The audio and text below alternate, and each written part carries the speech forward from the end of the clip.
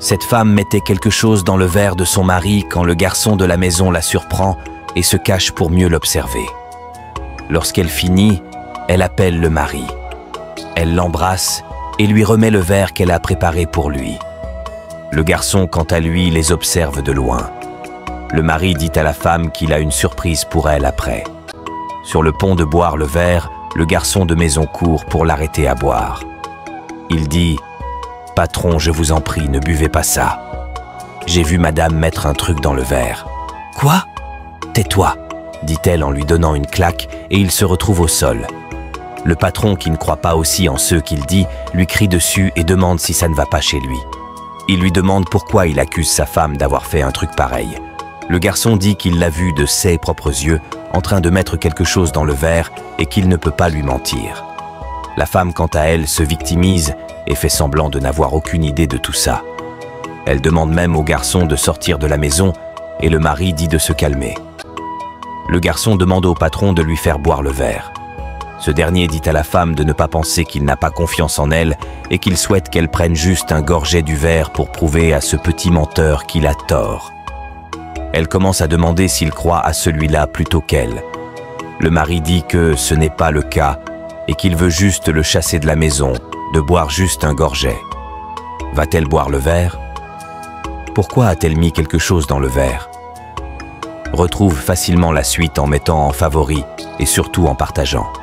La femme refuse de boire le verre.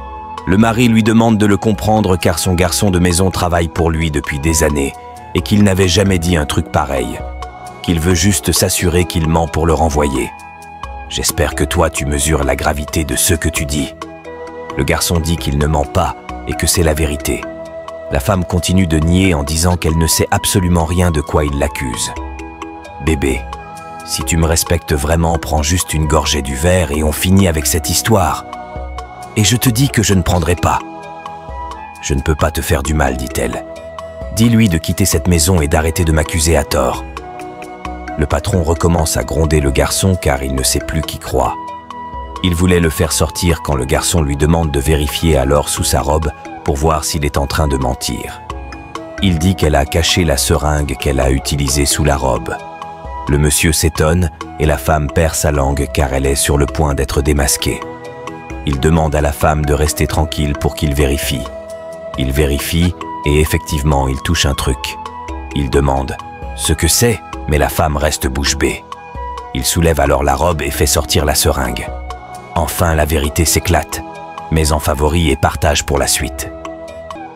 Il demande toujours ce que c'est et cette dernière se met à genoux et commence à demander pardon. Qu'est-ce que c'est? Donc tu lui donnes une claque alors qu'il disait la vérité? Pourquoi tu voulais me faire ça? Elle dit qu'elle voulait le faire parce qu'il lui avait promis 2 millions pour son business sans suite et qu'elle constate par contre qu'il a 10 millions dans son sac et donc elle voulait le faire pour pouvoir s'accaparer de l'argent. Elle ajoute qu'elle est désolée. L'homme n'en revenait pas. « Ne me touche pas », dit-il. « Donc tu veux me faire ça à cause de l'argent? Tu sais combien j'ai déposé pour toi en banque pour te faire une surprise? Tu mets quelque chose dans mon verre. Ça veut dire que tu ne m'as jamais aimé? Alors que j'ai déposé 5 millions de naira en banque pour ton business et voulais te faire une surprise. » Elle pleurait et faisait des grimaces au sol comme si c'était quelqu'un qui l'avait obligée à faire ça.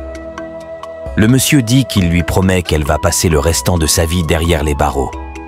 Il va ensuite vers le garçon et lui présente des excuses sincères. Il prend ensuite son téléphone pour appeler la police. « Si vous avez aimé, partagez.